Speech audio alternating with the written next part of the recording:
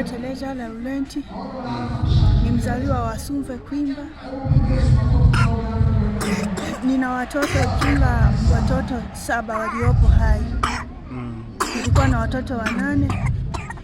Nimezaa watoto wa kwanza mmoja na wa pili mmoja mpaka mara 4.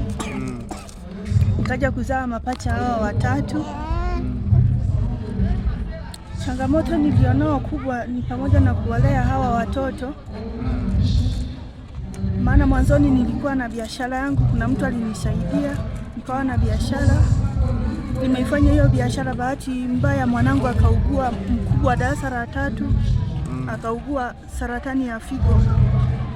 Akawa amefariki mwezi wa kwanza mwaka 2026 tarehe 24. Kwa biashara yangu ikawa imeyumba. Toka hapo nikawa naenda kanisani kutafuta msaada ili biashara yangu niendeleze. Na mpaka sasa nilipokuja kuwafikia hapa, nina changamoto kubwa niliyopitia. Sina biashara, matumizi ya watoto na hangaika, na sio kidogo, na hangaika kweli. Nilikuwa naomba Watanzania wenzangu nisaidie ili nipate kuanzisha tena mradi wangu huo niliokuwa nao. Ombi langu ni kubwa tu hilo, nipate kusimama tena. Biashara niliyokuwa naifanya mwanzo na mpaka sasa na vitu vingine vimo, lakini japokuwa haviendi. Nilikuwa na kibanda. Katika kibanda hicho nilifunguliwa na Bwana Salumu kutokea Pwani. Biashara hiyo ilikuwa ina thamani ya milioni 4. Lakini baada ya kuuguliwa mtoto mpaka kuja kufikia msiba, biashara hiyo imeisha.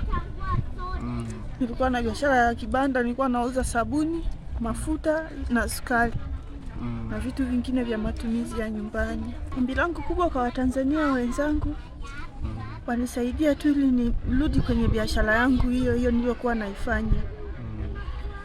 Maana pesa niliyotumia ni yote imeisha ya hicho kibanda. Nikipata milioni 2 inanitosha. Hata milioni 1 tu naweza nikapambana nikatimiza malengo yangu. Namba ya kwangu ya kuwasiliana nao, nina namba moja tu ya Voda ambayo ni 07 49 77 95 06. Majina yanakuja Teresa Laurent Bunango.